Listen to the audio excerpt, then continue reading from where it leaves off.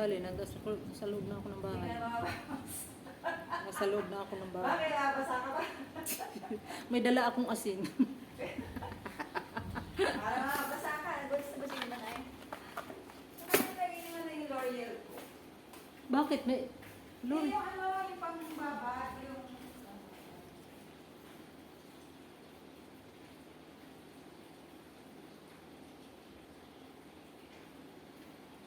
Ito yun, pagkatas mo pupula yan, di ba? Nilalagyan mo ko nito. Pero stick.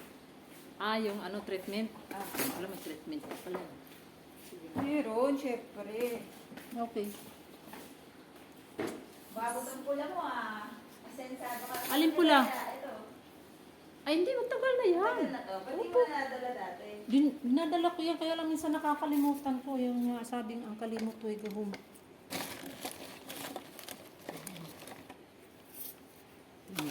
Yung minsan nga nakalimutan ko dito yung panghalo ko. Hindi rin napansin ng naglilinis dito, nandyan sa likod ng base mo. Oo. Oo, tapos nakailang balik na ako. Sabi, nasaan ba yung aking ano eh? Yung pala, naiwanan. Tapos nung last ko na pumunta dito, puha ko dyan sa likod ng base. Hindi nagliligpit yung alaga ko dito. Kaya napansin ko na hindi dito na ano, nakita niya ko. Yung tinabi na. Wala eh, naandun lang sa ano. Kung ano ka umalis, ganun pa rin. Oo, yun pa rin. Hindi ka ako baka tumabi. Kukuha ko ng... Kung ano yung ano, naiwanan ko, siya rin nadatnan. Ibig sabihin, linis. Oo. Punas-punas. Oo, yun naman. Sabi ko, hindi naman nagalaw. Hindi ba dapat umalis? Hindi naman na, ano, hindi naman nalipat ng pwesto. Yes. Babakasyon niya si Hinder eh. Ano naman, kakababakasyon pa lang. Eh, yun talaga ang ano. Nangingialam ako. Nangihiram ka na naman eh. Okay na eh, kung bumanat ka pa eh. Alam, mera. Ba't ka man nangihiram para kasi mother ko eh. Naman. Bakasyon na niya. Diba? Okay lang kasi yun. Baka marinig ako ni Inday. Pakilamira tong ano na to eh. Okay na Matanda nga, ito. ilabi siguro. Nangihiram pa si Madam eh. Kasi kaya siya ano dahil malapit ng December, hindi na siya uwi ng Pasko. O baka naman uuwi rin ng Pasko. Hindi yan, hindi na yung uwi ng Pasko. Bawal na siya umuwi ng Pasko, no? Abuso na yun. Nasaan na yung Linday? Hindi mamaya maalala niya, abuso ng Pasko ah. Pre, kay Christmas, sabihin, Madam! Wala, cannot be na yun. Kung ano, Madam? December na. Okay. Di ba birthday ba yun? Ay, Pasko. Birthday ba niya? 7 years old. Pero ako ng extension ko. Kasi yung ano ko magluloban, baka mga kuryente. Oh, ano na ako, sabi ko, sabi niya naman, alam mo na bang balita? Ang alin? Ano, patay mo rin. Kunyari, di mo alam. Iba ka rin eh. Oo. Ang alin? Kasi busy ako eh. Ano, may ginagawa ako eh. Kung naharap. Wala na, patay na si ano, JC. Kasi JC kumalan. Ganun ba? Ilang taon na? Siguro may mga ano yun, magsi-60 na yun. Uy, bata pa. Na ano, Bakit? take sa puso. Sabi ko, ha? Wala, naubos na yung mga kapatid kong lalaki. Ilan na lang tira yung babae? Kaming lima pa kaming babae. Ilan ba kayo? 8. Ah. Ano sabi ko, alam mo kasi masuk sa isip ko. Kung sino sa aming mga babae masusunod. Iniisip namin, patawa ka tayo. Ay, syempre. Ako sabi ko, gusto ko, baka ako masusunod. Ako pa lang, hindi. Ipag-iwan na ako ng mga, ano yun, mas bata yun sa akin. Masaya ako sabi ko kayo. Dahil, kumbaga saan, binigyan pa naman ako ng Diyos ng Panginoon ng buhay ako. Kaya, hindi ko pa rin ako. Sino ba pinakamatanda ikaw? Ako. Ako yung talagang Eh, wala ka naman sakit eh. pero hindi ano rin yun, dahil sabi nga yung isa kong ano, ay, pag na, ano daw, bihira lang daw nabubuhay pag na, ano, yung, lalo na may edad na ako, pag inoperahan, baka hindi kakayanin yung mga, Hindi kakayanin pag halimbawa 70 ka na, pero yung mga 60 pa lang, kaya pa yan. 60, 64, Ayun na, ako Oh. mga line of 60. Pero mga 65, yun, hindi ka ng konti. Pero 64, pero 65 ko lang naman yun. pwede ka pa. Ay, wag na kahit, O, pero grabe ka, no? 65 ka na ba ngayon? oo, Parang Masaya. wala lang. Oo, parang tapos nakakapagtrabaho ka pa. Si, Saan ano, ka pa? sabi nga ni Cecil, bilib ako sa iyo, Ate Beth, bakit? Pero mo yung mata mo, 65 ka na. Ang linaw-linaw pa ng mata mo. Makakaya pa. Ganun Kaya. talaga. Ang problema mo lang tuhod eh, no? Buto-buto. Ay, hindi na ngayon. Ano na ako ngayon. Okay na man. Hindi na siya yung katulad nung una. Siguro lang parang bumaba yung ano ng potassium ko siguro noon. Kaya ganun siguro. Eh, nung nagamot ko na, kain ako nung kain ng saba. Tapos, Ayun, malakas yun. pagkatapos sa umaga, inom ako ng, yun na yung pinakaano ko, yung maligamgam na tubig. Tapos, hindi na ako magsusoft drinks. Hindi na Ayun, ako. huwag ka mag-soft drink. O, nahalata ko nga kahapon, bumili ng soft drinks si Cecil. Oh. Naku, hirap na yan. Tumayo ka ganinang umaga. Oh. Sabi ko sa soft drinks. Dinayo ka pa talaga ni Cecilia. Palagi naman yan, lagi yan. Halos magdadalawang taon siya bago ano ngayon. Kasi nung nakaraan hindi siya nakapunta. Lagi na din nagme-message siya ng ano sa ano. Tawa ko ng tawa, sabi ko ganun. Sabi mo, Cecilia, ano ba yung mga pinapost mo mga ano? Sabi ko, pag napapraning ka, no, kung ano yung ginagawa mo sa sarili mo, yung sayo ka ng sayo na wala sa tono. Kawan pa. Hindi na nga lang kaligayahan eh. Saan ka nagtatrabaho?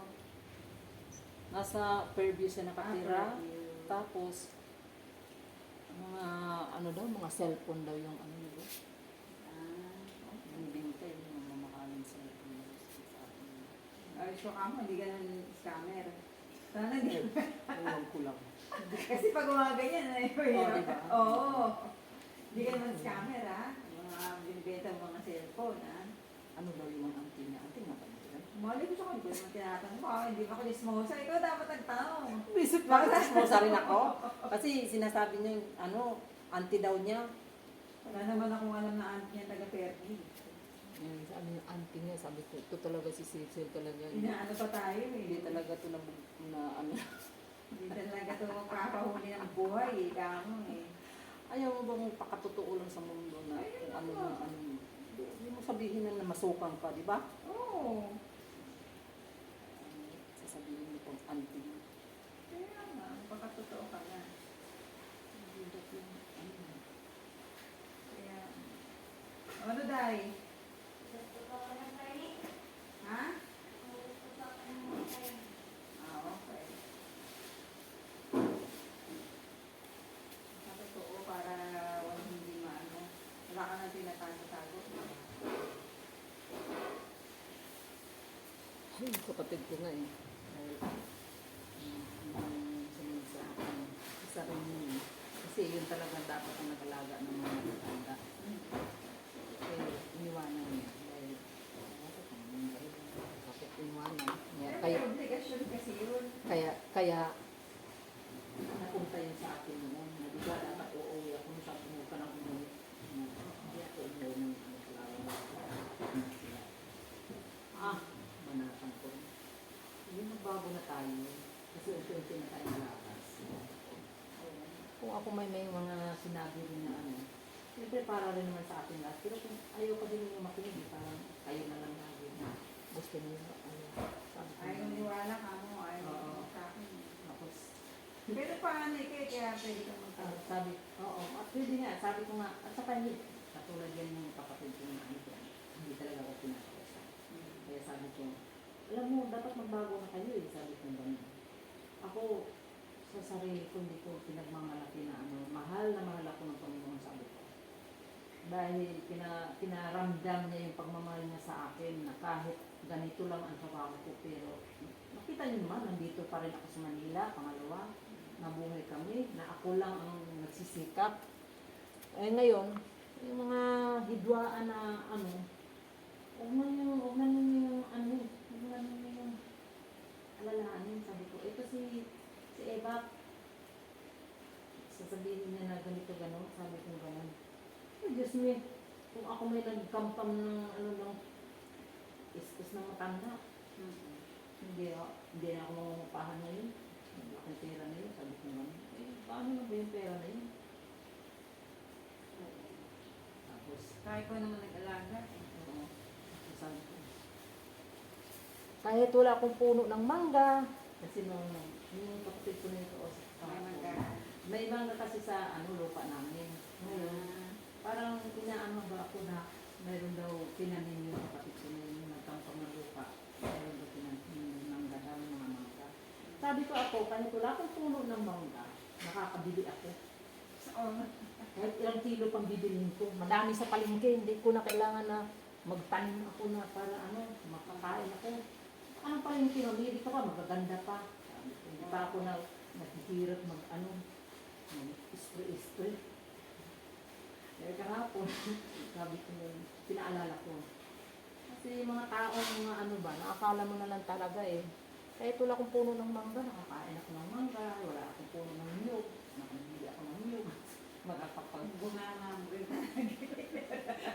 Alam mo, Ang tayo pa sinasabi eh. alam mo ba yung kapatid ko, ano kung ano ba? Hindi na, hindi na ko ibo. Kasi, Hindi pa din namin, pwede mo din ng grape, strawberry eh.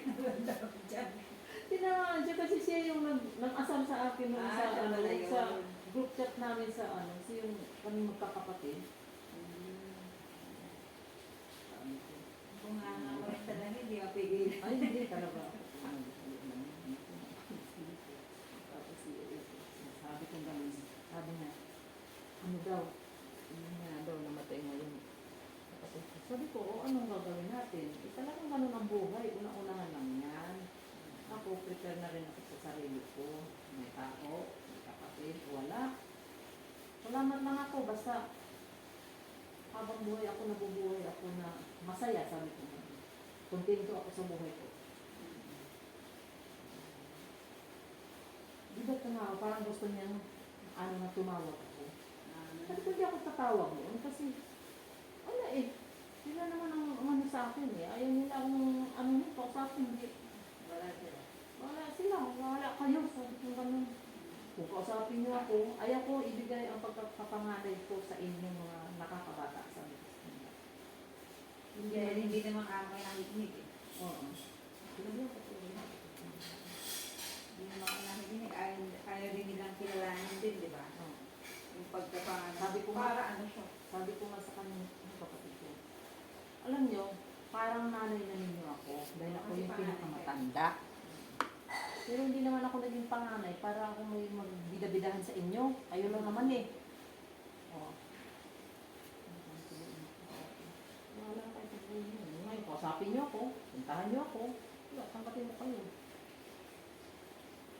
Oo. Ano sabi? Hindi nagsasalita na iyak-iyak. Huwag kang umiyak. Hindi dapat iyakan yun. Nag-imungit, imot-imot ka ngayon. Sabi mo, mamaya pa after how many days, nag-aalalabas na naman yung tunay kong ugat. Huwag kang umiyak. Ang laki naman natin na wala yung kapatid natin. At panalangin na lang natin na magkita-kita tayo, ipatawag tayo ng Diyos ng pagkakamali natin bawat isa. Malo pala kayo. Parang sila mama, I think mo din sila. Parang siya na rin na nandito. Kasi siya ang bunso eh. Bunso siya. Oo, bunso. Nung ilang years ago yung panganay natin, silang dalawa yung natira. Puro kami babae na iwan. Kaya sabi ko sa isip ko, sino kaya mo? Advance. Sabi ko, Lord, pass mo na, huwag mo na ako. Ay, napanalangin ko yun. Ngayon sabi ko, hanggat makapakinabangan pa yung kamay ko at katawan ko, sarap ang buhay. Sarap ang buhay.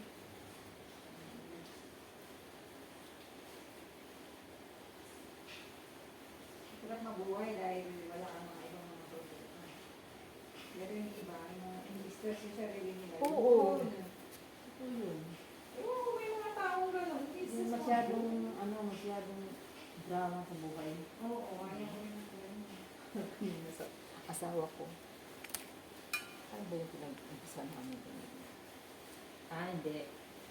Sabi ko lang, ay, bakit kaya si Rimalin? Tinanggal niya yung sinil niya sa akin na na video. Tapos, tinignan ko lang, wala akong komento. Tinanggal. Ano padala sa'yo? Ay, pakita ko sa'yo. Pakita ko sa iyo. Ano yun? Natutuwa ka sa... Saan mo yan? Tissue. May t-shirt na sa'yo. Hindi mo rin dito may dala ako. Na ano sa sahig. Ay, baka kumula.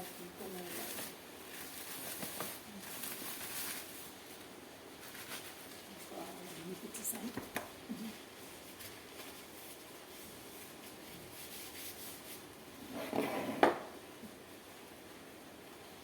Urasan mo yun. 3 or 2. Ito mga ano. Mga 3:15. Wait lang. Kasi i-ano ko, refresh ko yung